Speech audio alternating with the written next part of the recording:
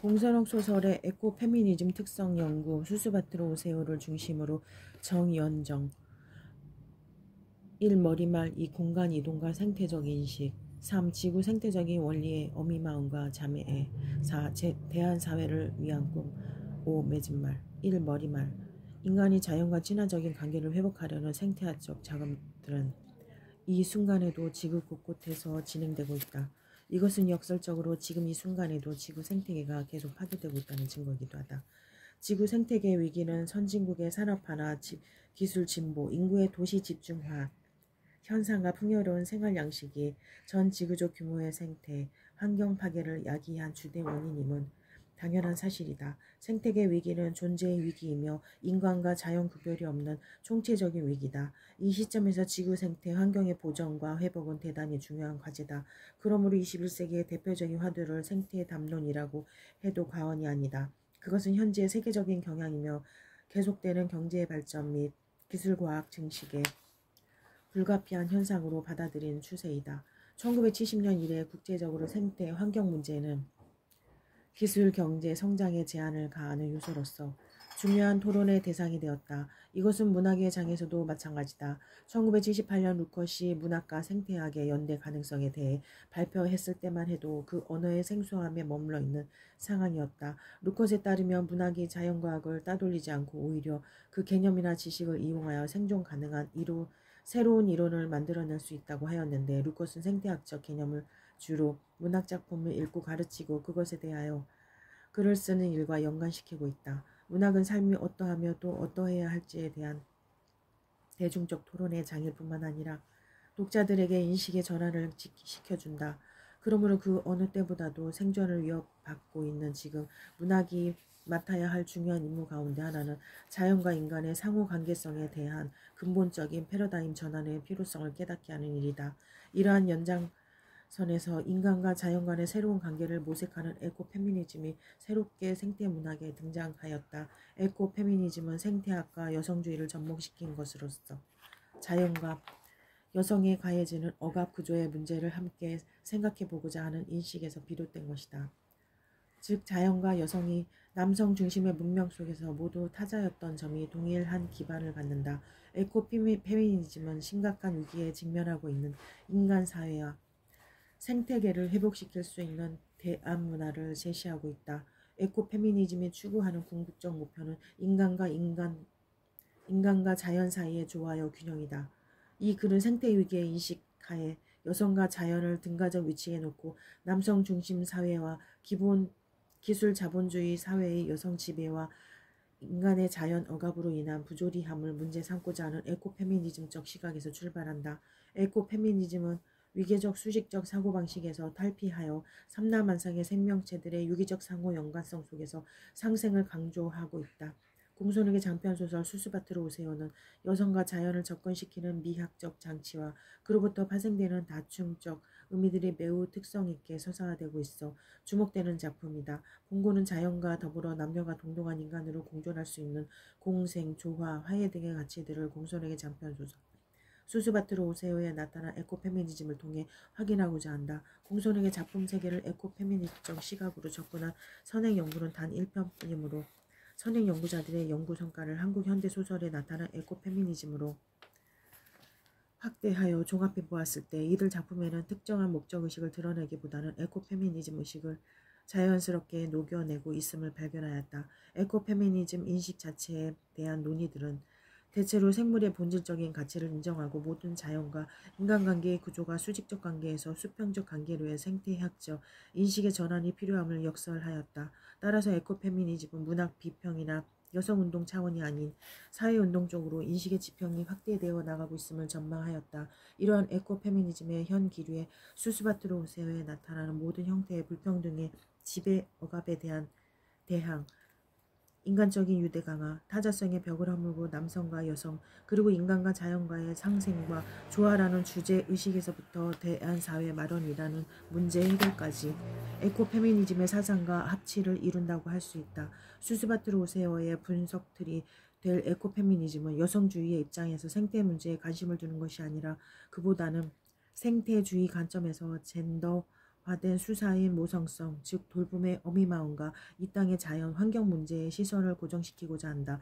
왜냐하면 후기 자본주의 시대의 도시화의 부작용, 환경오염, 자연 파괴, 여성 문제 등과 관련하여 문제의식을 삭감하는 데 있어서 도식적인 구성과 과격한 행동성 또는 교육성을 노고라 하는 소위 미학성의 부재는 독자들에게 테스트 읽기의 욕망을 오히려 감소시킨다는 비판을 받고 있기 때문이다. 지금까지 페미니즘적 작품 분석은 성차별의 불리한 상황 속에서 여성들의 힘든 삶의 주된 원인을 모두 남성들의 탓으로 돌리고 그 희생자인 여성들이 어떻게든 남성들이 소유한 기득권을 획득하여 대등관계를 회복하는 경우가 대부분이어서 여성운동 차원에 머물고 있다는 부정적인 평가를 받고 있다. 그러므로 본 연구에서는 여성의 특성적 가치와 경험에 주목하여 부드러움과 돌봄, 즉 상생이라는 특성들을 배양함으로써 많은 병폐를 안고 있는 가부장제와 부조리를 치유하여야 한다는 견해로 작품 분석에 임하고자 한다. 다시 한번 강조하자면 여성이 남성과 같아지려고 할 것이 아니라 앞서 이야기한 여성적인 특질들을 오히려 지키고 보존하여야 한다는 에코페미니즘의 대안에 따른 것이다. 공간이동과 생태적 인식. 한 개인이 어떤 곳에 있음이란 자기의 실존적 공간에 놓여져 있음을 의미한다고 슐츠는 주장한다. 이때 실존적 공간이란 보호를 전제로 한 자유가 보장되는 거주의 공간인 것이다. 에르스트 카시러는 인간의 공간과 시간에 대해 언급하면서 우리는 공간과 시간의 조건하에서 아니고서는 그 어떤 현실적인 사물의 개념도 가질 수가 없다고 규정한다. 그는 인간 문화의 여러 형태에 따라 공간과 시간의 경험을 유기적 공간, 행동의 공간, 생태적 공간, 지각적 공간, 상징적 공간의 세 가지 유형으로 분류한다. 이와 달리 시간은 절대로 단일한 순간에 정착하지 않는 유기체와 같은 것으로 시간의 세 양식, 과거, 현재, 미래는 개별적 요소로 분열될 수 없는 하나의 전체를 형성한다고 본다. 이야기 양식인 소설은 삶을 배경으로 그 조건 하에서 문학적 상상력에 의해 창작된다. 소설을 짓거나 읽는 데에서는 삶의 조건을 고려하는 공간과 시간을 빼놓을 수 없다. 그것은 공간과 시간의 제약이 없는 어떠한 삶도 존재할 수 없기 때문이다.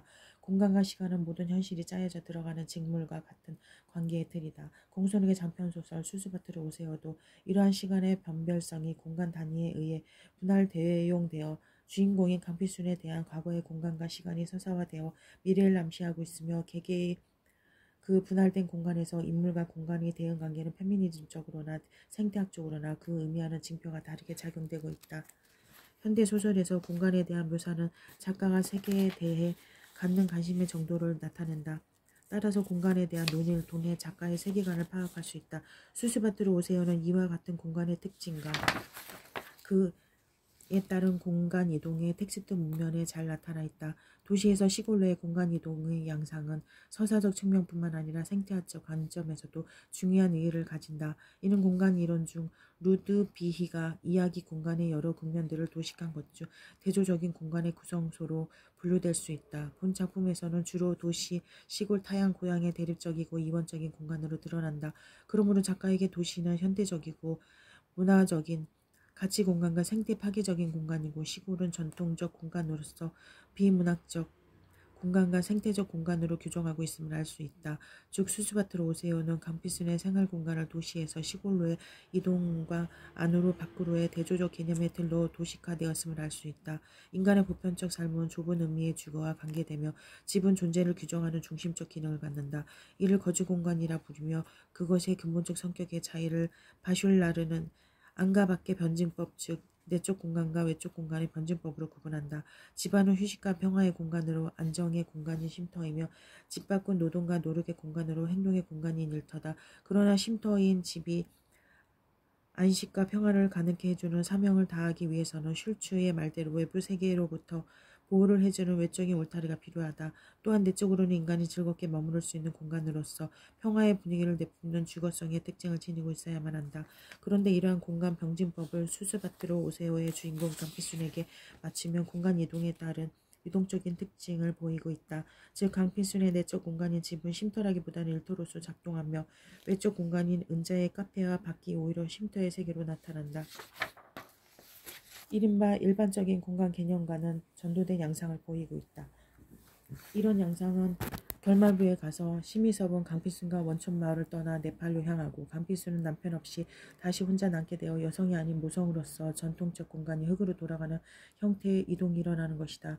지금부터 이러한 서사구조에 따른 공간 이동을 강필순을 중심으로 추적해 의미를 파악하고자 한다. 강필순은 첫 남편의 폭력과 음주, 바람피우기 등의 이유로 이혼을 하고 아들 한수를 홀로 키우며 구로공단의 미생사로 살고 있다. 그는 원당을 공장에서 판잣집 단칸방으로 가져와 일한다. 그러므로 그녀의 일터라는 외적 공간과 함께 쉼터라는 가정의 내적 공간을 함께 공유하고 있다. 강미순에게 이들 공간은 일터, 미싱일과 쉼터, 가정이라는 이양 대립적 기능이 분리되어 작용하는 것이 아니라 한 공간으로 설정되어 있다. 작가가 이처럼 일터와 쉼터를 한 공간으로 설정한 것은 열악할 수밖에 없는 집이라는 안식의 공간마저 노동의 공간이 되어버린 현실을 통해 집 안과 집 밖의 선명한 이원적 대립 공간이 무화되고 절대적인 노동의 공간으로 세계를 파악하는 작가 인식의 일단을 추론할 수 있다. 한편 강필순의 시간을 중심으로 대립되는 공간을 살펴보면 아들 한수와 함께 단둘이 살면서 미싱바를 밟던 과거의 주거공간인 구로공단의 학고방과 현재의 주거공간인 의사 심희석과 재혼하여 살고 있는 새 삶의 터전이라 할 지리산 구례 원촌마을의 새 집이다. 강필순이 현재 살고 있는 원촌은 도시와 대비되는 전통사회의 모습으로 도시의 문명적 상과는 거리가 먼 공간이다. 그것은 비문명적이고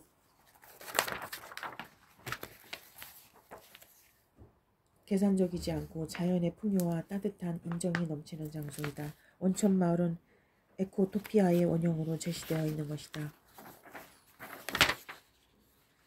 1. 필순의 집에서 바라보면 멀리 지리산의 거대한 능선이 마치 병풍처럼 둘러쳐져 있는 것이 보였다. 병풍처럼 혹은 어머니의 치마법같이 지리산은 구례 땅을 감싸고 있었다. 그 산 아래 마치 생김새 다르고 성격 다른 자식들처럼 크고 작은 야산과 너른 들과 섬진강이 흐르고 있고 그 야산과 너른 들과 섬진강에 갈피갈피의 산짐승과 들짐승과 집짐승과 사람들이 깃들여 목숨 붙이고 있는 것이다. 서울에서 내려올 때만 해도 왠지 모르게 불안했던 마음이 막상 짐을 부리고 마당에 서서 지리산의 능선들을 바라보고 있자니 한정없이 푸근해져 오는 것이 필수는 좀 기이했다.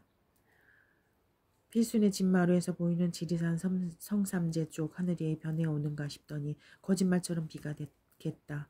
비가 갠 저녁 무렵 온갖 저녁 여름꽃들이 풍성하게 피어난다. 지난번 필순의 바로 위치 보라미네가 준 꽃이들이 지금 한창 꽃을 피워내고 있는 중이다. 보라미네는 말을 못하지만 표정만은 늘 꽃처럼 환하게 방실거린다. 화단의 꽃들이 꼭 보라미네 같다. 고운 얼굴은 고운 마음에서 나오는 거라던 옛날 어머니 말이 새삼 떠오른다. 여름 저녁 손톱에 봉숭아물을 들여주며 꽃물처럼 곱게 살라던 어머니가 눈에 밟혀 화단을 물끄러미 바라보고 있는데 전병순이 호박하고 가지를 담은 바구니를 들고 필순의 집으로 건너왔다.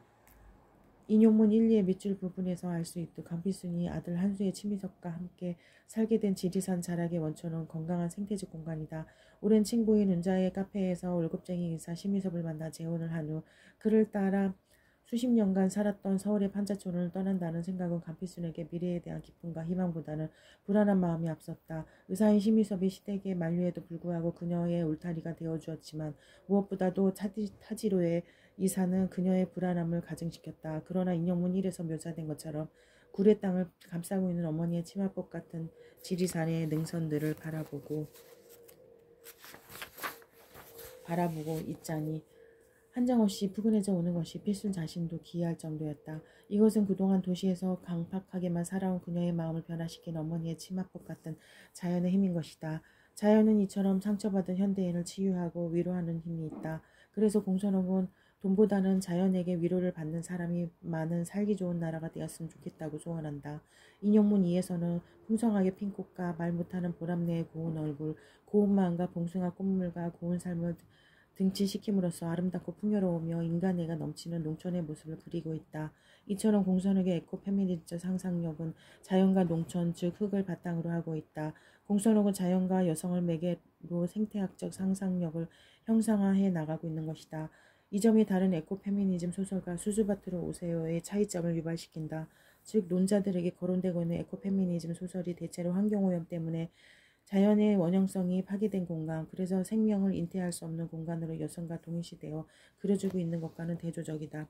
공손하건 황폐한 땅, 농약에 오염된 토양을 고발보다는 농촌을 강인한 모성성의 모습을 그려냄으로써 근원적인 유토피아의 농촌 즉 자연으로 회귀하고 있는 것이다. 그러나 강필순이 의사인 심희석과 재혼하기 전 주거 공간이었던 도시 변두리의 공간은 지리산의 원촌마을과는 판이하게 다르다. 그녀가 살았던 구루동 판자촌에 대한 서술을 살펴보면 다음과 같다. 1. 소정 카페를 지나고 복덕방을 지나서 또 하나의 샛길로 접어들면 두 번째 집이 필순의 거처였다. 집이라고 할 것도 없는 그냥 방 하나에 부엌 하나짜리 공간, 현관문이자 부엌문을 열면 부엌이자 현관인 곳에 신을 벗어놓고 막바로 방으로 들어가게 되어 있는지 이곳의 집들은 거기가 다 그런 구조다. 공동 화장실이 필순의 집 맞은편에 있어서 여름이고 겨울이고 아예 골목으로 난 창문을 열어보지도 못하고 살았다. 34면 이 가을이 가고 겨울이 왔다. 좁은 골목에 연탄가스 냄새가 자욱히 떠다니는 겨울. 밤이면 찬이슬과 연탄가스가 엉겨붙어 생긴 수목으로 골목을 오가는 사람들이 장기침을 해댔다. 35면 강필순이 의사인 심희석과 재혼 전 살았던 구로공단은 재혼 후의 집인 지리산 원촌과는 대조적인 공간으로 제시된다. 그러나 집이 평화와 안식의 내 공간으로의 의미를 지녀야 하는 것과는 다르게 그녀의 집에 대한 작가의 서술은 사회적 공간으로부터 혈연의 공간으로 축소되는 공간 단위의 분절을 나타낸다. 즉 일의 서술에서 보듯 공간 사거리, 언덕배기, 동네 골목시장, 구부러진 골목 안, 또 하나의 샛길로 접어든 두 번째 집, 방 하나에 부엌 하나짜리 공간 등으로 이동하는 것은 사회적 공간으로부터 혈연의 공간, 즉 외적 공간으로부터 내적 공간으로 밖에서 안으로 집약되고 있다. 결국 구심점이 강필순을 향해 응축되는 공간의 운동을 나타낸다. 그 진로는 밖을 향해 열려있는 것이 아니라 안으로 응축해가는 공간이 된다. 내 공간의 기본 구조를 이루고 있는 것은 주거 공간인 집이며 그 주거 공간의 기호 의미가 되는 것은 가족이라는 단위이다. 여기서 강필순의 가족은 나비 없는 아들 한수다. 또한 그 내적 공간을 다시 하위 단위로 분절해보면 이혼녀 강필순의 신체가 나옴을 알 수 있다. 세계적인 환경운동가인 인도의 반다나 시바는 세계적으로 경제개발 과정이 확장되고 확산되면서 경제성장은 자원이 가장 필요한 사람으로부터 자원을 빼앗아가는 새로운 식민주의였으며 일부의 남성도 이 과정에서 빈곤 상태로 떨어지지만 여성, 어린이, 환경이 더 많은 피해를 입는 심화된 빈곤화 현상을 가져온다고 한다. 인간 생명의 재생과 생계부양에서 여성이 차지하는 역할을 볼 때 여성과 환경에 미치는 파괴적 영향은 어린이의 상태에 대한 부정적 영향으로 확장된다는 것을 심희섭이 원천마을을 떠나고 강필순과 그에게 남겨진 5명의 아이들을 통해 알 수 있다. 다시 말해 서사 텍스트에서 시간과 공간의 분절이 축소되면 될수록 의미는 확대되기 때문에 1에서 또 하나의 샛길, 방 하나의 부엌 하나짜리 공간, 공동 화장실, 2의 연탄가스 냄새, 아비 없는 아이들은 동의소로서 여성의 강필순의 비애를 심화시키는 원인이 된다. 여기서 알 수 있는 것은 외부로부터 비호를 받고 있는 집의 내적 공간이 언제나 행복, 휴식, 여성으로서의 내밀성 등의 긍정적 의미작용을 갖게 되는 것은 아니라는 사실이다. 그런데 여기서 중요한 사실은 이처럼 비생태적이며 열악하고 그 사용 가치를 상실한 공간인 방이 그와 대립되는 공간에서의 갈등을 해결하는 요소로 작용한다는 점이다. 즉 심희석과의 재혼과 가정의 화합을 위해 미싱사로 살았던 비생태적인 구로동 판잣집은 소멸되어야 한다. 재혼은 여성으로 상징된 내공간 방에 오랫동안 갇혀 있다가 열려진 바깥 공간으로 나오는 행위이다. 강필순이 심희석과 재혼하는 것은 작가가 강필순을 사회적 공간으로 위치시키는 것이지만 심희석과 재혼의 대가로서 강필순의 오랜 친구인 은자와 아들 현수의 추억이 갈피갈피 묻어있는 과거의 공간은 상실되어야만 하는 것이다. 그러나 이러한 재혼에 따른 공간 이동이 강필순에게 있어 여성으로서의 진정한 지유는 아니다. 왜냐하면 구루공단의 판잣집을 이름으로 인해 강필순이 현재 살고 있는 공간인 재혼의 집이 새로운 의미를 완전하게 획득한 것이 아니기 때문이다. 오히려 강필순의 도시에서 시골로의 공간 이동은 자신의 정체성을 확인하고 그녀의 진정한 실존적 공간의 생태적 공간과 정체성이 어디에 있는지를 깨닫기 시작하는 인식적 장치다. 지구 생태적인 원리의 어미마음과 자매에 수수바트를 오세오에서 에코페미니즘적 상상력은 농촌을 배경으로 한 강필순의 흙에 대한 정신적인 집약적으로 나타난다. 동시에 에코페미니즘 소설로 주목받았던 김원일의 도요새에 관한 명상, 한강의 내 여자의 열매, 채식주의자.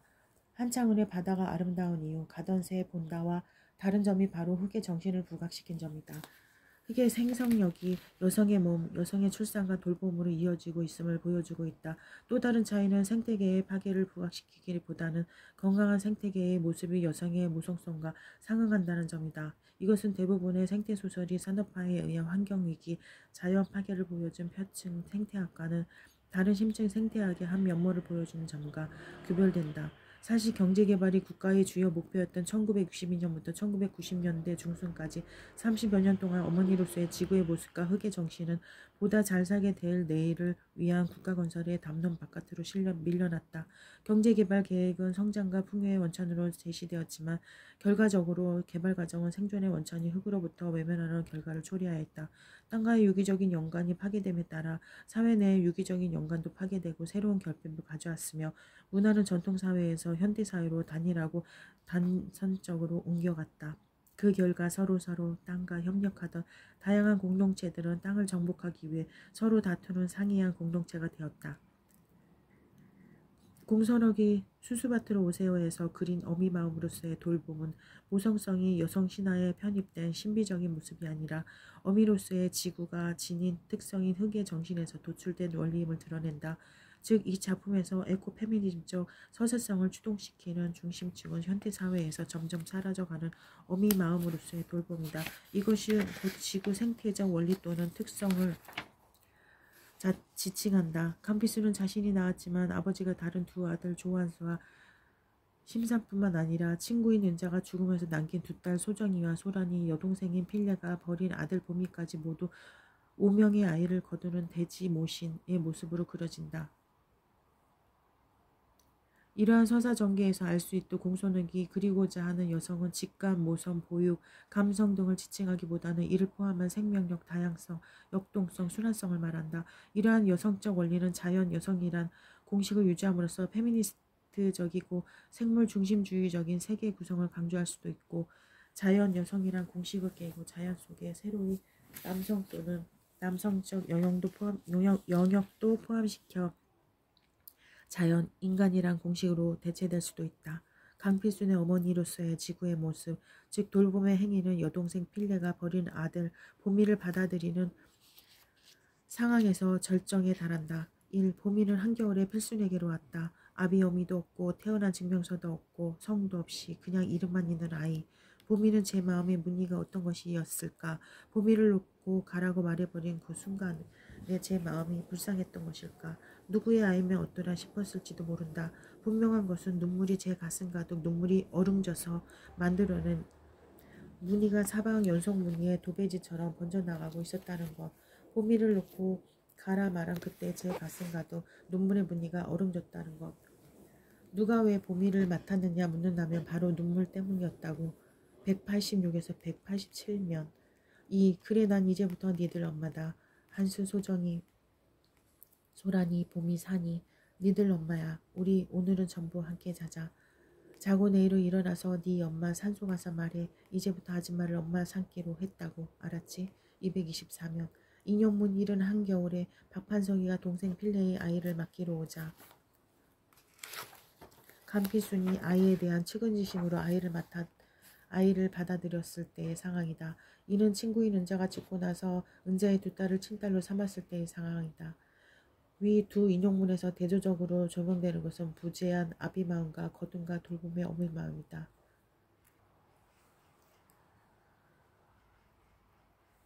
생태학적 상상력은 남성의 권위주의적 속성과는 다른 끊임없는 변화의 영속성, 포용성, 다양성, 열려진 세계, 부드러움, 상호 침투, 감각성, 자연성을 특징으로 하는 유기체적 세계관을 바탕으로 한다. 유기체적 세계관은 어떠한 인간이라도 소외되거나 사물화시킬 수 없으며 어떠한 삶의 과정이라도 그 과정 하나하나는 나름대로의 중요성을 가진다.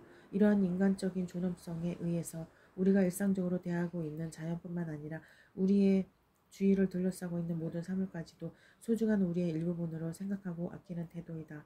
강필수는 이름에서 풍기는 것처럼 강인한 여성이지만 지구적인 어머니의 마음으로 아이들을 포용하고 있다. 인용문 1, 2에서 아이들을 거두며 타자를 포용하는 에코페미니즘적인 태도의 절정이다. 이러한 아이들의 거듭과 돌봄은 그녀의 삶을 또 다른 방향으로 흘러가게 하는 계기가 된다. 밭머리에 앉아 바라보이는 은자 무덤이 푸르다. 이제 좀 있으면 이발을 해줘야 할 계집애의 머리칼처럼 소란이가 제 엄마 무덤 앞에 가서 절을 하고 있다. 소란이 뒤로 멀리 성삼재 산등성이에도 초여름빛이 완연하다. 필수는 일어났다. 옥수수씨 넣고 나서 동부씨까지 넣으려면 서둘러야 할 것 같았다. 성이 다른 5명의 아이들은 강필순을 중심으로 한 가족이 되어 밭에서 자라는 옥수수와 동부의 끈끈한 관계로 형상화된다. 소설에서 강필순처럼 목의 가족을 형성하게 된 원인은 위기 상황에 부딪혔을 때 도망치는 아비둘로 인한 아비부재에 있다. 가난한 생활에도 불구하고 바람피우다 도망가버린 전 남편 조영식과 결국에는 일방적으로 이혼을 요구하고 떠난 재혼한 의사 심희섭, 그리고 보미를 버리고 도망친 박판석이 모두 동일한 인물들이다. 그러므로 혼자 남아 아이들을 부양해야 되는 강필수는 모든 책임을 떠맡을 수밖에 없다. 가난과 남성의 위선이 최고일 때 공손한 문학에서 여성성은 남편으로 상징되는 성인 남자를 배제하고 여린 생명들을 적극적으로 포용하는 어미 자식의 행복한 이자 관계를 욕망하는 특징을 보여준다. 아비부재인 강필순의 가족과 같은 목의 가족의 형성은 후기 산업 자본주의 시대에 나타난 새로운 가족의 모습이라 하겠다. 강필순을 위주로 한 목의 가족의 형성은 흙을 기반으로 해서 가능하다. 강필순이 5아이를 키우겠다고 결심을 하게 된 것은 흙, 즉 땅 때문이다. 흙의 본성은 생성력과 포용성이다. 이웃집 할머니가 서울 아들네로 가면서 필순에게 붙이라고 준 과수원에 붙은 땅은 친구인 은자의 무덤이 보이는 곳이다. 필수는 그곳에 옥수수씨와 동부씨를 심는다. 황무지와 같은 척박한 땅이더라도 씨앗이 뿌려지면 어김없이 싹을 틔운다. 그것이 땅의 힘이다. 이것이 변주되면 생명을 낳고 보육하는 여성의 몸이 된다. 이때 땅은 단순한 토양이 아니다. 그것은 토양, 식물, 동물의 회로서 거쳐 흐르는 에너지의 원천이다. 이러한 에너지의 원천이 최종적으로 인간에게 미칠 때 삶의 버팀목이 되는 것이다. 수수밭으로 오세요에 나타나는 강필순의 표현력과 돌봄의 과정은 자연스럽게 자연 생태계의 이미지인 수수밭의 옥수수와 동부씨로 형상화된다. 여기서 간과하지 말아야 할 것이 바로 옥수수씨와 동부씨와 같은 종자의 다양성이다. 작물의 다양성은 토양의 비옥도를 유지하는데 필수적이기도 하지만 여기서 강필순과 5아이들과의 관계성을 상징하기도 한다. 사실 최첨단 기계에 의한 단일 경작의 확산과 연결된 농경 체계의 파편화가 생물 다양성 보존에 심각한 영향을 끼치고 있다. 화학 비료에 의지하는 단일 경작은 토양 비옥도의 기반을 파괴하는 반면 생물 다양성은 그것을 향상시킨다. 강필순이 심은 옥수수와 동부의 씨앗은 비단 식물 세계뿐만 아니라 지구와 사회 전체의 다양성과 균형 그리고 재생을 상징하는 것이기도 하다. 자연의 풍부함과 다양성은 그 자체로 그리고 지구의 모든 생물체가 생존하기 위한 전제 조건으로 존중된다. 그러므로 옥수수와 동부의 복합적인 관계의 구분이 수수밭으로 오세요의 생태 문화의 다양성에 큰 의미를 부여하고 있다고 할 수 있다. 강필순의 생태적 터전인 수수밭은 바로 그녀 자신을 상징한다. 그녀가 뿌리는 옥수수씨와 동부씨는 그녀가 돌보는 모든 연약한 생명체의 상징인 것이다. 또한 동부는 옥수수와 함께 심는 곡물로 옥수수 줄기를 타고 오르면서 번성한다. 이는 가족은 혈연이 아니더라도 사랑으로 서로를 지켜주는 울타리임을 상징적으로 보여주는 것이다. 옥수수씨와 동부씨와 같은 종자, 즉 생물의 다양성은 생태성을 의미하며 각 종자가 다른 종자들과의 관계를 통해 자체의 특성과 가치를 얻는 상관적인 범주이다. 수수밭으로 오세요라는 작품명이 울림을 갖는 것은 바로 이러한 관계성 때문이다. 생물의 다양성을 그대로 품어 기르는 것이 수수밭이며 바로 어미마음이다. 이는 여성성이 대지로서 자연의 상징임을 보여주는 것이다. 여기에서 여성성과 생태성의 동질적 기반이 흙에 나타난 생산성과 허용성에 있음을 확인할 수 있다. 흙의 허용성은 씨앗을 가리지 않고 종자의 번식을 통해 다양성이 재생산되고 보존된다. 즉 생명을 틔울 수 있는 씨앗은 모두 받아들여 생명을 불어넣는다. 강필순에게 흙은 바로 수수밭이고 동부와 같은 5아이들에게 강필순은 연약한 생명체가 의지하여 타고 올라갈 수 있는 버팀목인 옥수수가 되는 것이다. 이처럼 흙은 에코페미니즘이 추구하는 거둠, 돌봄, 화해, 재생산, 보존의 의미를 함의한다. 이는 흙을 지향하는 강필순과 농촌을 지키며 살아가는 사람들의 전체적인 세계관 및 생활 양식과 통합되어 있으며 이들이 다양한 씨를 뿌리고 키우며 그 종자를 보존할 때 다양성을 유지할 수 있으며 이로 인해 균형과 조화도 보존하는 셈이 된다는 것을 의미한다. 에코페미니즘적 상상력으로 살펴볼 때 수수밭으로 오세요를 추동시키는 것은 앞서 이야기한 지구적인 어미마음과 함께 또 다른 한 축은 자매이다. 감비스는 은자가 병이 들자 만사를 제쳐두고 서울로 올라가 은자를 병간호하다가 그녀와 그녀의 딸들을 원천으로 데려와 돌본다. 그리고 은자가 죽자 그의 장례를 정성스럽게 치루어주고 은자의 두 딸인 소정이와 소란이를 친딸로 받아들인다. 이처럼 친구를 돌보는 행위는 자매로 나타난다. 그런데 이러한 돌봄의 자매에는 동생 필레가 그녀의 아들 보미를 여관에 두고 도망치는 장면에서 절정에 달한다. 여관을 돌아본다. 저 안에 보미를 놔두고 자기도 필레처럼 사라져버릴까. 가슴이 두근두근 뛴다. 보미를 버리고 한수를 한수아비한테 맡겨버리고 소정이와 소란이는 고아원에 산이는 심의섭한테 각각 맡겨버리고 그리고 자신도 어딘가로 헐헐 날아가 버릴까. 정월 초하루의 밤바람은 매섭다. 자는 줄 알았던 보미가 울고 있다. 보미를 아는 필순의 눈에서도 눈물이 하염없이 쏟아진다. 필순은 보미를 얻고 여관을 나왔다. 아이가 필순의 등에 더할 수 없이 찰싹 달라붙는다. 246년 공선옥은 심의섭이 떠나고 난 후 아이들 5가 낳게 된 간필순의 여성과 인간으로서의 내면 심리를 솔직하고 섬세하게 그려내고 있다. 앞으로 살아갈 날이 막막한 간필순은 고민 끝에 설날 동생 필레에게 보미를 데려다 주러 친정에 갔다가 가족 간에 분란만 일으키고 나온다. 오빠에게 혼나고 나오는 필레를 따라 나온 간필순은 보미를 여관에 버리고 도망가자는 필레의 제안에 함께 도망가려다가 다시 여관으로 돌아간다. 자고 있는 줄 알았던 보미가 혼자 울고 있는 것을 보고 간필순은 하염없이 눈물을 쏟으며 보미를 다시 얻고 나온다. 이와 같은 모성애의 돌봄 행위가 자매로 나타날 때 공동체 관계로 확산된다. 간필순이 형성한 모계 가족의 공동체 관계도 에코페미니즘 세계관을 보여주는 것이다. 지구 위의 모든 생명체가 소중하고 존중받을 가치를 가지고 있기에 더불어 살아야 하는 것을 의미한다. 형제들조차 돌봐주지 않는 은자를 같은 핏줄처럼 돌보는 것과 동생인 필레와 그의 아들 보미에 대한 돌봄의 행위는 모성애가 본바탕이다. 에코페미니즘에서 자매를 실천하여 연대의식을 보여주는 인물들의 공통점은 농촌에서 생활한 흑의 본성을 지니고 있는 인물들이란 점이다. 흑의 생성력과 자정 능력이 여성의 마음과 육체에 전이되어 인간애로 나타나는 것이다. 땅의 기운과는 먼 생활을 한 도시인은 자매를 통한 공동체 관계를 유지하는 데서 제외된다. 수수밭으로 오세요에서 환경운동가인 전병순이 대표적인 예라고 할 수 있다. 대학 교육을 받은 그녀는 환경보호 운동을 몸소 실천하지만 그것은 관찰자의 지식 수준에 불과한 것으로서 강필순을 이해하지 못하고 원촌의 농민들과 융화하지도 못한 채 결국 농촌을 떠나는 인물이다. 그런데 강필순의 모성애와 자매에 의한 돌봄의 행위는 남성들에게도 열려있다. 일 찬물이 아니라 뜨거운 물로다가 말이지요. 속이 떨려서 원 물이요. 묻고 나서 보니 아이도 바들바들 떨고 있다. 밥은 먹었는지 어쨌는지 눈자에도 캥하다. 춥고 배고프다는 것이 어떤 상태인지 필수는 안다. 필내고 비시고 우선 눈에 보이는 사람들을 따뜻한 곳으로 들여보내고 밥을 먹이는 게 순서일 듯 싶었다. 181명 한방눈이 소리 없이 내리는 겨울에 한때 필레와 동거했던 노숙자 박판석은 아들 보미를 이모인 강필순에게 맡기로 찾아왔다.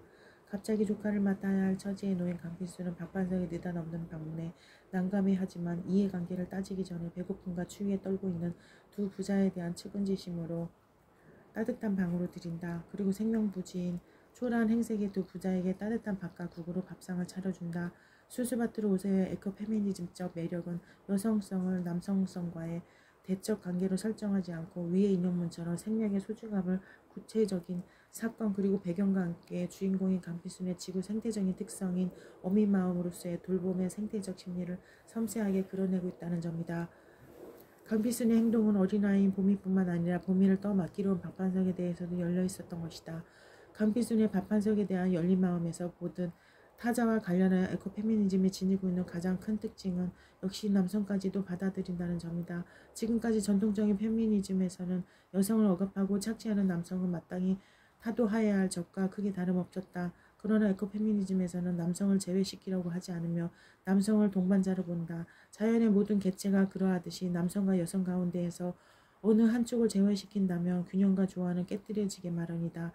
여성들이 성별에 따라 남성을 차별하는 것은 결국 그동안 남성이 저질러온 잘못을 답습하는 것과 다르지 않다. 필레의 아들 봄의 거둠은 강빛을 모성성과 자매를 함께 보여주는 모습으로 만들며 타자를 포용하는 태도의 절정으로서 생태의식을 강화시킨다. 결국 이 일은 심희석과 이혼하는 결정적 계기가 되었지만 필순에게는 아이들이 짐으로 느껴지기보다는 그녀가 살아갈 수 있는 강력한 힘으로 간주한다. 그녀는 남의 아이들까지 거둠과 돌봄으로 인해 그녀가 살아갈 수 있는 강력한 힘으로 간주한다. 그녀는 남의 아이까지 거둔과 돌봄으로 인해 의사인 심희석과의 이혼을 초래하는 충격적인 결과를 가져왔지만 그녀는 그것을 불행으로 생각하지 않고 새로운 삶의 계기로 삼는다. 강비순의 이런 태도는 기존의 모성성이 자신 낳은 자식만을 돌보는 가족 이데올로기를 넘어 나의 자식뿐만 아니라 남의 자식 또한 인간뿐만 아니라 동식물 즉 자연까지 아우르는 생태의식으로 확대되는 것이다. 이처럼 수수밭으로 오세요는 타자성과 테두리를 크게 좁혔다는 점에서 주목할 만하다. 여성과 가족 이데올로기의 벽을 뛰어넘어 그 관심을 생물의 다양성 보존을 위한 자연으로까지 넓혔고 더 나아가 여성 해방운동의 좁은 테두리에 머물지 않고 대한사회를 위한 사회운동 쪽으로 시선을 넓혔다고 볼 수 있다. 간피수처럼 모성애적 에너지가 자식의 범주에서 타자의 영역으로 확대될 때 자매관계로 나타난다. 자매의 관계는 협동의 특성을 보여주기 마련이다. 여기에서 생태의식을 살필 수 있다. 에코페미니즘이 추구하는 것은 투쟁이나 저항이 아니라 인간과 인간, 자연과 인간 사이의 조화와 균형이다. 인간과 인간, 인간과 자연의 상생의 삶의 기반을 마련함으로써 유기체적 조화와 균형의 세계를 이룩하는 것이 바로 에코페미니즘이 추구하는 것이다. 공존욱의 에코페미니즘적인 모색은 인간 소외, 인간의 자연 소외, 생태, 환경 파괴 등을 극복하는 데 큰 의미를 시사한다. 대한사회를 위한 꿈, 인간과 자연이 서로 조화롭게 공생하며 생태계를 온전히 보존할 수 있는 환경 친화적 사회인 대한사회를 제시하는 것은 어찌 보면 간단할 수도 있다. 그것은 인간이 탐욕을 버리고 소비를 줄이며 새로운 진보 이데올로기를 정립하며 자연을 보호하며 인간과 자연이 함께 공생할 수 있다고 할 수 있다.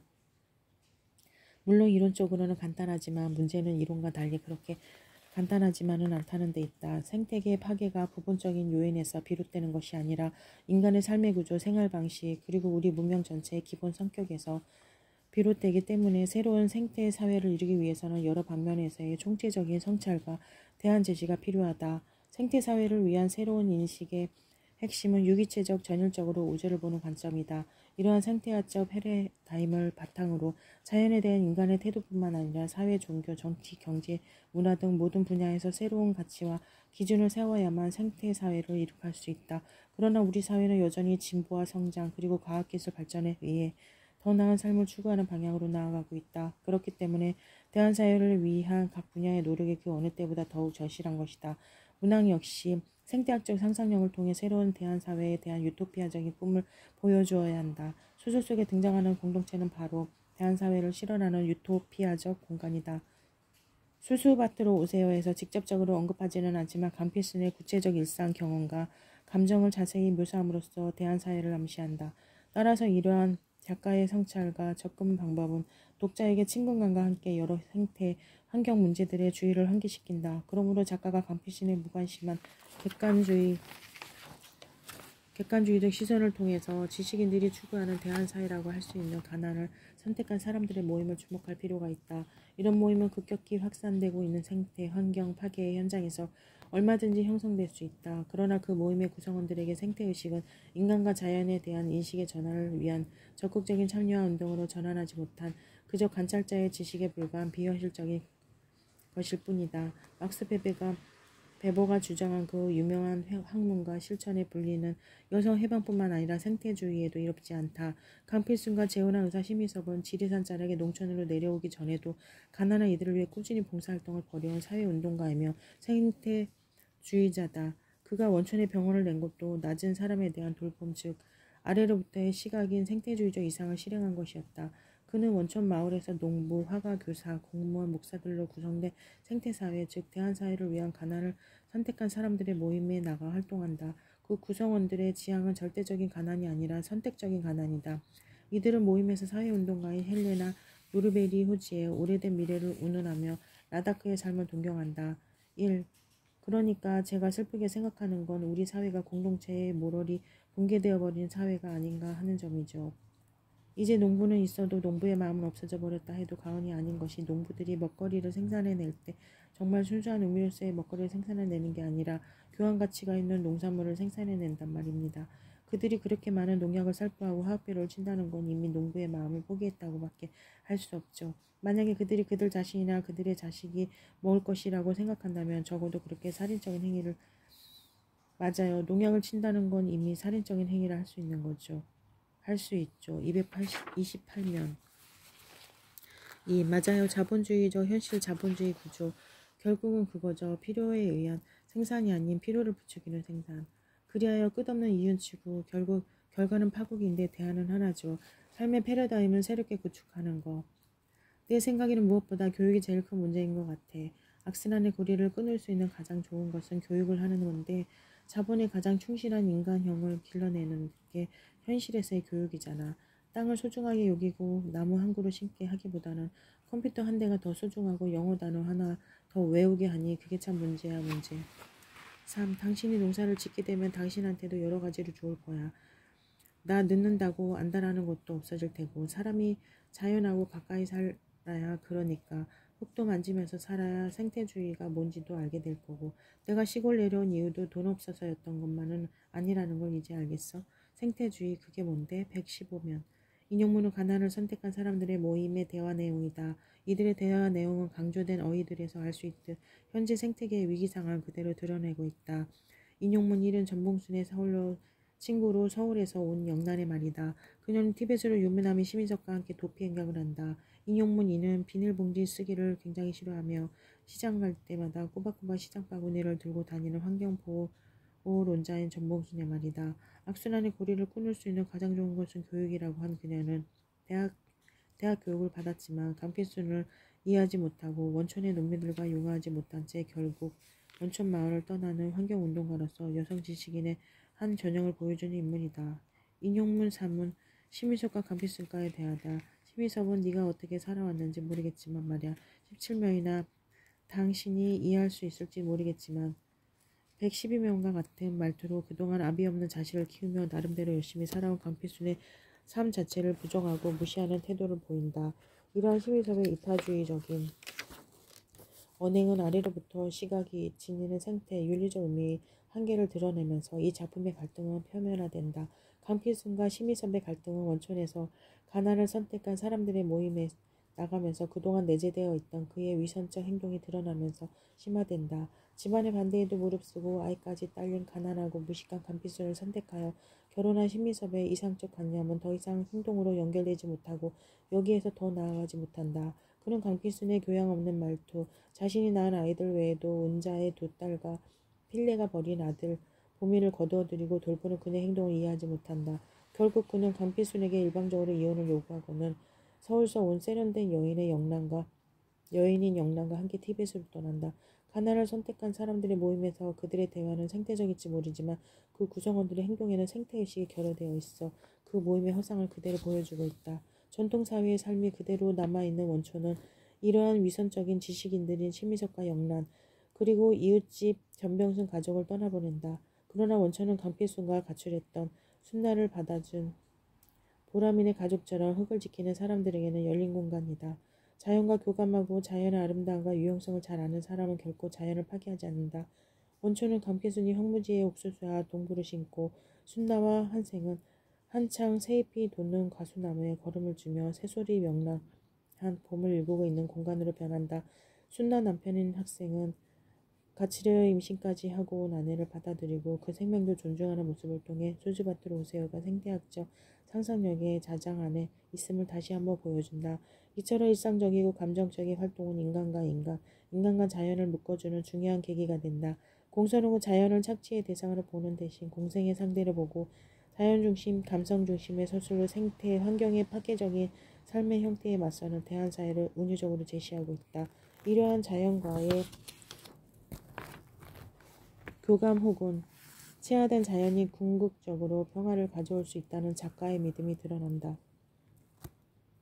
매진말 지금까지 공소는 단편소설 수수밭으로 오세요에 나타난 에코페미니즘 양상과 그 의미를 고찰해 보았다. 이 작품의 생태학적 상상력은 흑의 정신을 토대로 한 에코페미니즘의 의미를 반영하고 있다. 고발성이 강한 환경문학이나 운동성이 강한 페미니즘 문학이 아니어도 생태와 여성에 대한 관심을 촉구할 수 있게 주목할 만한 작품이라고 할 수 있다. 이 작품은 에코페미니즘적인 입장에서 간피순의 여성적 행위의 강조가 목표로 하는 것은 투쟁과 정복, 지향의 영웅적 여성 자아를 그려서 여성의 주도권을 획득하려는 것이 아니라 그동안 남성의 행동 속에 결여되어 있었던 자연과의 교감이나 감성을 회복하여 인간다운 삶을 모색하는 과정을 솔직하고 섬세하게 그린 것이 특징이다. 즉 위기에 직면한 간피슨과 같은 여성들이 생명에 대한 확신과 끈기, 인간적 사랑과 연관된 성적 욕망, 윤리 등은 진정한 생태적 사회 대안적 사회를 떠오르게 하고 공생과 조화로서 여성의 마음이 아닌 인간의 마음을 재통합하는 에코페미니즘적 감수성과 깊은 상관성을 어미마음과 흙으로 그려내고 있다. 70년대 전후 급진적 페미니즘이 유행하면서 여성들의 개인적 독립과 자율이 사회의 발전적 변화와 맞물려 있는 상황에서 모성을 숭배하는 오랜 낭만적 모습이 문학에서 여성성에 대한 올바른 인식과 결합된 문학적 상상력이 형상화되기란 쉽지 않은 일이다. 적어도 모성적 역할과 여성의 욕망 사이에 존재하는 갈등에 대한 이해는 이제 여성성에 대한 인식에서 불가결한 전제가 되었다. 이러한 시대적 상황이 공선옥으로 하여금 장편소설 수수밭으로 오세요와 같은 문제적 소설을 탄생하게 된 동력이 되어 간필순과 같은 인물을 탄생시킨 것이다. 이 작품은 여성 주인공인 간필순의 삶의 역정을 중심으로 공간 이동과 함께 펼쳐진다. 간필순의 어미마음은 흙의 본성인 생성성, 허용성이 접목된 데에서 두드러지게 나타난다. 어미마음은 생태학의 가이아 이론과 연결된다. 가이아 이론은 지구를 유기체로 보며 생명을 존중하여 개체의 경쟁보다는 협동과 공생을 도모한다. 공선은 흙의 생성력과 자정 영역을 간피슨의 몸과 마음에 투사시켜 끈끈한 어미마음으로 나타내고 있다. 공선에게 장편소설 수수밭으로 오세요에 나타난 에코페미니즘적 상상력은 세 가지로 요약할 수 있다. 첫째는 공간이동과 생태적 인식이다. 여기에서 간피스는 어머니의 치마폭 같은 지리산 구례의 농촌마을 유토피아의 근원으로 동경하는 자연 친화적 태도를 볼 수 있다. 둘째는 지구 생태적인 원리인 어미마음과 자매에 대한 흙의 상관성이다. 여기에는 공생, 생명 존중, 돌봄과 조화를 실천하는 어미마음과 자매가 존재한다. 어미마음의 힘이 농촌 여성 특유의 흙을 숭상하는 마음, 낙천성, 강인한 생명력과 관계에 있다. 세 번째로 나타나는 에코페미니즘적 상상력은 대한사회를 위한 꿈이다. 그러나 여기서는 지식인들의 가난을 선택한 사람들의 모임의 관찰자적 지식의 허상을 보여주고 있다. 가난을 벗어나야 할 악으로 생각했던 데서 이제 가난을 선택할 수 있는 대안적 삶의 한 방식으로 받아들이자며 가난하게 삽시다라고 외친 그들의 구호는 공허하기만 하다. 그런 면에서 이 작품은 현대 문명의 인간 소외와 사회적 모순에 대한 비판 의식으로 발전하여 인간의 참다운 삶, 즉 생태적 삶의 가치가 무엇인지 돌이켜보게 한다. 소외된 자와 타자로서 취급받는 대상들, 즉 여성과 자연에 대하여 애정과 연민을 담은 구조에 대해서 절실하게 고민하게 할 수 있는 것은 바로 공선옥이 말한 어미 마음의 모성성이다. 소외된 아이들을 이끌고 그들을 지키고 그 가족의 원리를 사회로 확산하는 것은 바로 모성성과 흙의 관계성에서 찾을 수 있다. 그래서 사랑과 평화의 가족과 공동체를 이루는 것, 나아가 산업사회로 인해 파괴된 자연과의 상생과 조화를 꿈꾸는 대한사회의 꿈이야말로 수수밭으로 오세요를 관통하고 있는 한결같은 모습이라고 할 수 있다.